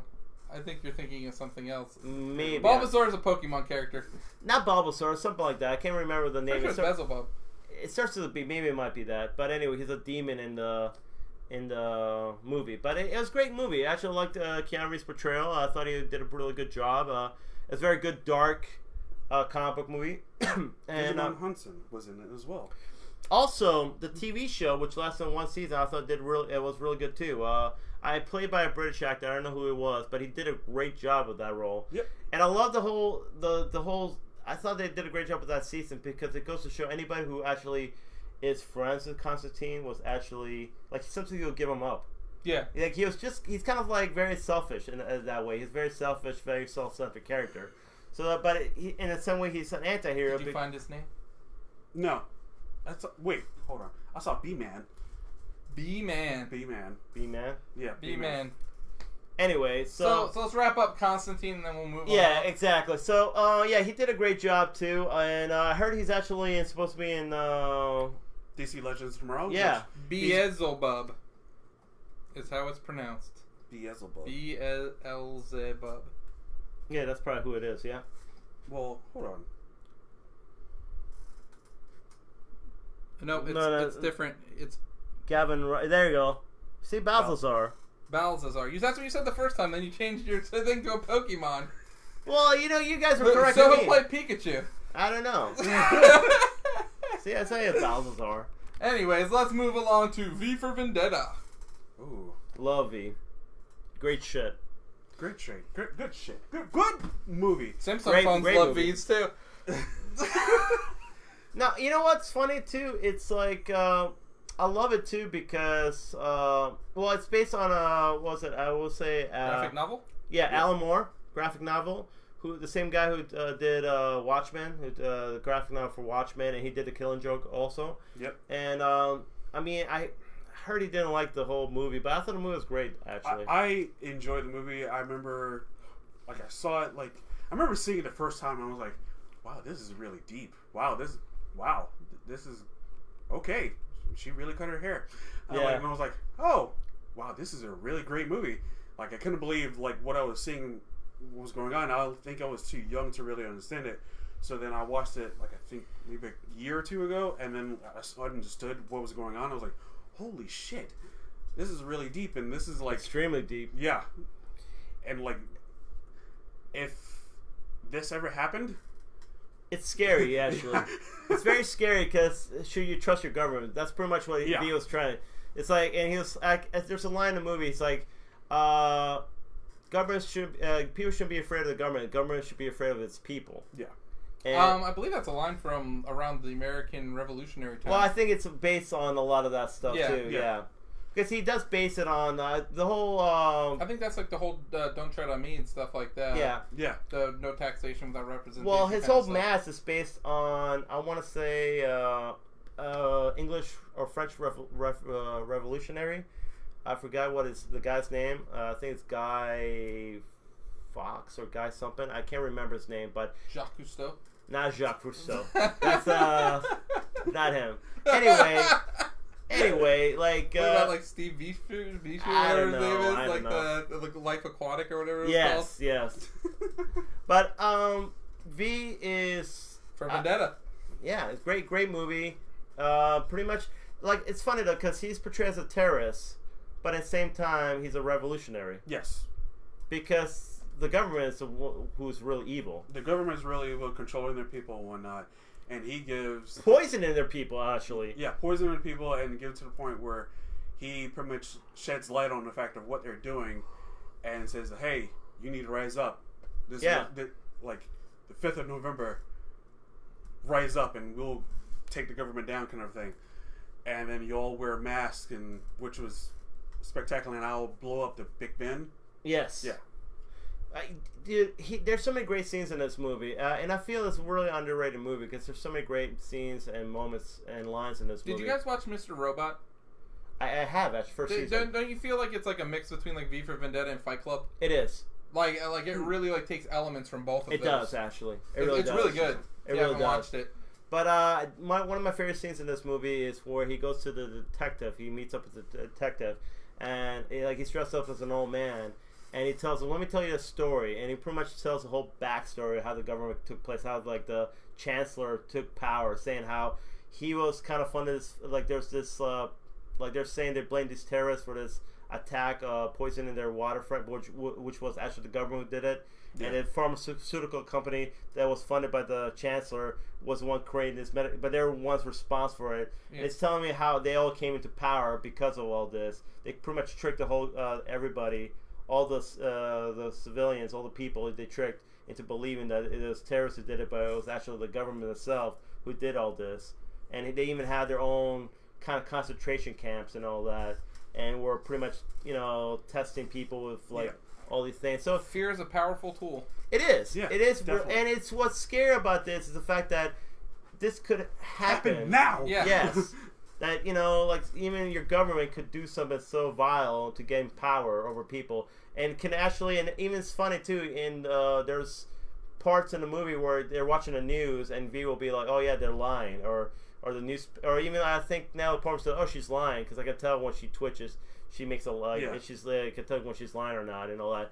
And pretty much the media was filling all these lies to the people to create this fear and all that. So it's a great movie, definitely worth watching. And it's funny too, like I said, V is definitely an anti-hero because what he does to Natalie Portman, trying to make her believe into him, is pretty like he pretty much tortures her, pretty much, into kind of believing like what he's trying to do. So which she ends up believing and whatnot, and absolutely ends up being a great movie in the end. Yeah. But if you didn't, still, I can't tell. So, I mean, your voice was just carried the character, carried the movie. It's funny too. You never see his face, but his mannerism and his voice, everything about his delivery for all his lines were amazing. And really, I couldn't see anybody else playing this character because I agree. If you had somebody else playing it, it just wouldn't be that good. No. So, anyway, your final thoughts? I like it. Okay, and any particular, before we skip this, honorable mentions? Honorable mentions, yes. The Crow. Yes, I totally forgot about The Crow. Brandon Lee's The Crow, amazing movie. It's actually the first, I always want to say, well, I guess you could say the first Tim Burton Batman was a real dark comic book movie, but I want to say this, The Crow, was kind of introduction to the dark comic book movies because it came out in, 1994? And it was like, I remember Rated R watching it, and I'm like, damn, this movie is really dark. I enjoy, I mean, there's a little bad writing to it, but I enjoy Michelle Pfeiffer's Catwoman, and I enjoyed Anne Hathaway's Catwoman. She's a great anti-hero, yes. Now, Halle Berry's Catwoman, that's another story. We won't mention that. No bueno. Spawn 2, even though, like, the movie sucked, but the anime series on HBO is great. Yes, it is. And hopefully they come up with a new movie that Seth MacFarlane's gonna do. Yeah, hopefully that's good. I really hope it's great because. Any honorable mentions for me? No, I can't think of any. Dredd. We're not talking about Judge Dredd, Sylvester Stallone. We're talking about Carl Urban's Dredd. Yes, amazing. Chris has some homework to do this evening, so. No, I gotta watch Halloween. I gotta watch The Purge. Oh man, we forgot about Halloween. Okay, we will be reviewing Halloween next week on our show. Yeah. We're gonna the very first one. Yeah, we're gonna do an old school review. 1978. So everybody go watch it. That is going to be your homework assignment, and we will be back, and we will be going talking about how it holds up. Yep. Or if it holds up. It doesn't. I think it does. I still think it's the absolute. I'll watch it again, but I guarantee you it does not. Yeah. It is the quintessential slasher. Yeah, I agree. Totally agree. But the top anti-heroes, really good list, guys. I really. If you guys have any other anti-heroes we missed, give them to us in the comments, and we'll mention them. Absolutely. We're gonna go ahead and move on to our foosball picks. Oh yeah, foosball. So, I can't read it. Okay. Do you have your list? All right. Let me pull up my phone. I will get the list. I know we are kicking off the week with Minnesota at the Rams. Oh yeah, I got the Rams. Who do you guys got? I got a Rams. Rams. I'm going to go with the Rams well as Rhino. I think we all agreed upon the Rams. Then it looks like we have the Jets at Jacksonville. I said Jacksonville. All three of us said Well, not three of us. Of course, Pete went with the Jets. Yeah, Pete. We have the Miami Dolphins going up to the New England Foxborough. All of us except Rhino picked New England. Of course. We have Philadelphia going to Tennessee. Yep. All of us picked Philly except for Ryan. Really? You picked Tennessee, huh? You did. We have an even split on Houston at Indy. Yep. We have Buffalo at Green Bay. None of us believe in Josh Allen. We all believe it was a fluke, and we all picked Green Bay. It was a fluke. Yep. Detroit at Dallas in the battle of early Thanksgiving. We have a split. I went Detroit. Yep, 2 for Dallas. I went for Cowboys. I went for the Cowboys too. Tampa Bay travels to Chicago, and Chris is the only one going with Tampa Bay. He still believes in that Fitz Hey, magic. I want to say though, I did Khalil Mack, bro. I did pick Pittsburgh, and they won. Sorry, Chris. I mean, you can say they won, but the fact that they were coming back. No. And, you know what? And the fact that if that punt return didn't get called back, it would have been a completely different game. It's funny too because I was really teetering to picking the Bucks and all, and I'm like, oh my god, I just don't see Pittsburgh going 0-2 or whatever. So yeah, Cincinnati against Atlanta. We all picked the Dirty South, the ATL. Yep. Seattle at Arizona. We all went with the Seahawks. Really? Yep. Cleveland at Oakland. We have that split down the middle as well. 2 for Oakland, 2 for Cleveland. Who picked Cleveland? Chris and Rhino picked Cleveland. Really? Yeah. They believe in Baker. Yep. Baker, huh? Sure do. New Orleans at the New York Football Giants. I went with the New York Giants as well as you, Pete, and they both picked the Saints. Yeah, your Giants better not fail me this time. Well, stop picking them. They do better when you don't pick them. They probably do, actually. The San Francisco 49ers at the Chargers. Yep, we all picked Chargers because the fact that Garoppolo's out for Yeah. the season. Yeah. Hope you can feel better. Who's their backup anyway? I have no fucking idea. It's CJ. McCarron? No, that's AJ. Oh. It's like CJ I don't know. Hey, he played a little bit last year. Oh, Jesus. Okay, so it's definitely going to be the Chargers. Yep. Baltimore at Pittsburgh. Everybody went Pittsburgh except for Ryan. He thinks they're going to pull the road upset in Heinz Field. We'll see that. And we got KC at Denver. And Pete's the only odd man out on that. And you went Denver. The rest of us went KC. Hold on. Pause. We need to talk about that one. Von Miller. That's probably what he's going to say. Really? Well, it's... The reason why I did this is a division game, and they're playing in Denver. And honestly, as good as KC looks right now, sometimes those division games are hard. That's why I went Broncos. It's kind of... It had to go... Hey. Casey. You mean Patrick Mahomes? Hey, he looks good, but he's going to have a... Sooner or later, he's going to have a game where He'll come back to earth sooner or later. He's going to have to come back to earth. And it could be Von Miller that puts him there. Could there. be Von Miller. Just saying, though, that defense. Hey, Tom Brady's Tom Brady until the Giants' defense wrecked him. Who do they have as the corners? Who? Ooh. Denver? I don't I have know. no clue. Yeah, probably nobody's. Well, you know who the Rams don't have as a corner anymore? Akeem Talib, because he's on the IR. Yeah. Oh, really? Yes. They got pretty much. That's three corners they put on IR this week. Actually. Rams? Yeah. Shit. So now they got Sam Shields, my boy Booker. What up? Yeah. Look at Booker. And then they had Marcus Peters, Akeem Talib. Who was it? That's not good, actually. No, that's not good that they got. Yeah, hurt. but they still got Todd Gurley and Robert Woods and. But I'm thinking like first defense wise and Sue. Well, I'm just saying though. Yeah, that's Aaron Donald. Yeah. Dude, that defensive line is still the best defense. Oh, yeah. Well, at least the best defensive tackles. Yeah. In football, so. And you know what, Pete? You can have pedestrian cornerbacks if you have a great defensive line. It's true. Makes up for a lot. I don't know about that actually. The Jets had a great defensive line. They sucked that one year. They had no corners. Well, that's because Revis was old as dirt that year. Oh my god, man, no. that guy was getting burnt more than I don't know. I'm just saying though, man. Chris Conte getting stiffed on the ground.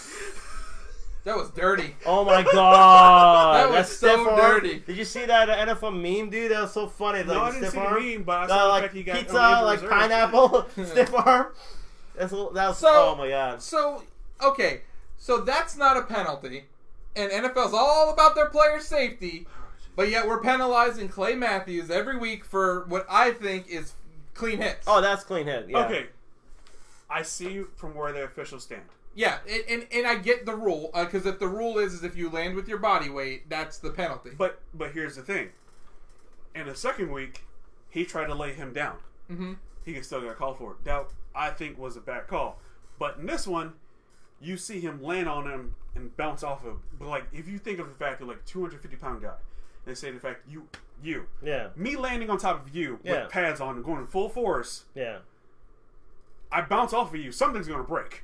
Yeah, I'm sorry, but like But isn't that what you sign up for? It is what you sign up for. Doesn't the same thing happen to wide receivers and running backs? Why are we protecting one player over the rest? Because the one player wants to play until they're fucking 45. Yeah, but I don't care what they want to play to. Maybe the running back wants to play to 45. You know what's funny, though? So the guy from Miami... yeah, I heard he hurt himself because trying to avoid landing on the guy. He tore his ACL, I believe. Yeah. Jesus. Yeah, the defensive end, he said he like turned at the last minute because he didn't want to land on him and get another penalty, and he tore his ACL. So now we're protecting one player to injure other players? Yes, that's what it seems like we're doing. So I don't know. I think NFL needs to get their shit straight with that because I think they're going to go back on the rule. I think they are. I think they need to go back on the rule with the whole body weight thing is because so you can't hit him up high, you can't hit him down low. No. If you hit him in the midsection, you can't land on him. So how do they want you to hit him? Yeah. Make it two-hand touch at that point. Actually, what's his face? Like they had this segment on like Skip and Shannon Undisputed like 2 days ago, and what they said was the fact that like if I was coming at you like this, I'll swing you around and have it to the fact you land on top of me. You could do that, but you also can't whip them to the ground. So if you accidentally spin them too fast, you might get a penalty for that too. You might get a penalty for that. I thought it was pretty funny. Some of the former Giants players were teasing OCM in Europe because he used to. He was like the master of the slap sack, where you would run around just slap the ball out of their hands, and that you get a strip, you get a fumble and a sack for that. You don't actually have to tackle them. Right. So one of the guys on the line said, like one of the old guys on the line said on Twitter, he goes, he always was like the defensive player with the cleanest jersey because he would never get dirty and like tackle people. I thought that was hilarious. You know what though? Here's the thing. It's a violent sport, football. That's how it is. It's like boxing. I think it's like UFC. I agree with you, and I think that if they're going to talk about player safety and player safety this, player safety that, it can't just pertain to one player on the field. No, exactly. It has to pertain to every player on the field. And that guy, Miami Dolphin guy, who's trying to avoid the penalty, got hurt, torn ACL. He might not be the same. Yeah, I don't know. No, and really, I mean, you need to like with the quarterback. You at this point. I mean, if you can't tackle a quarterback, they need to make a rule where the quarterback can't run. Yep.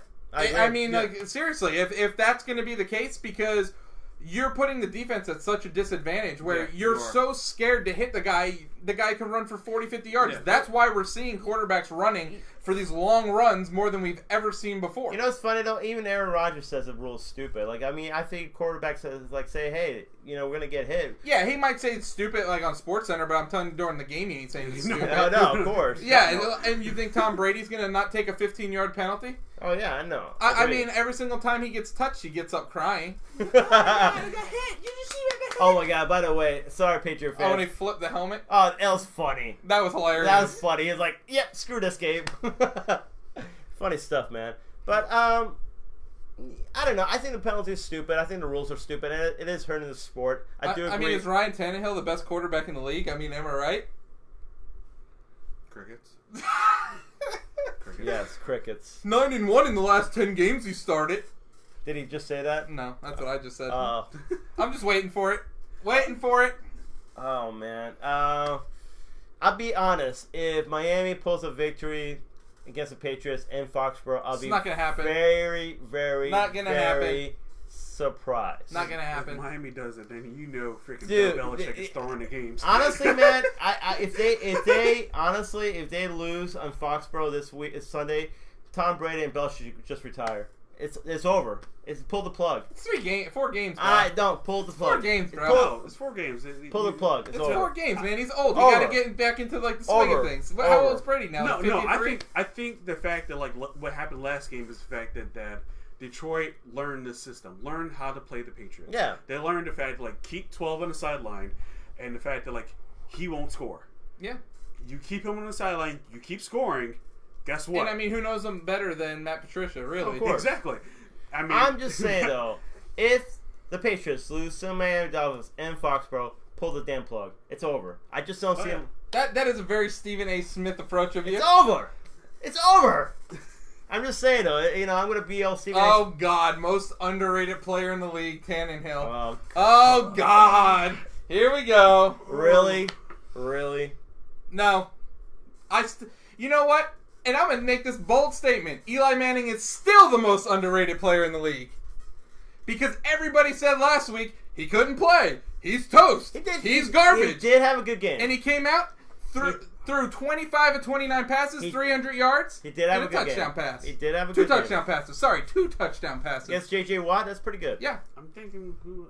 Underrated? I don't know, underrated. The only reason I say he's underrated is because nobody ever says anything good about Eli. No, they trash him all the They time. always trash Eli. Even though he won 2 Super Bowls, they still trash It's hard him. to hear when he his 2 rings are weighing him down, I'm trying to think who...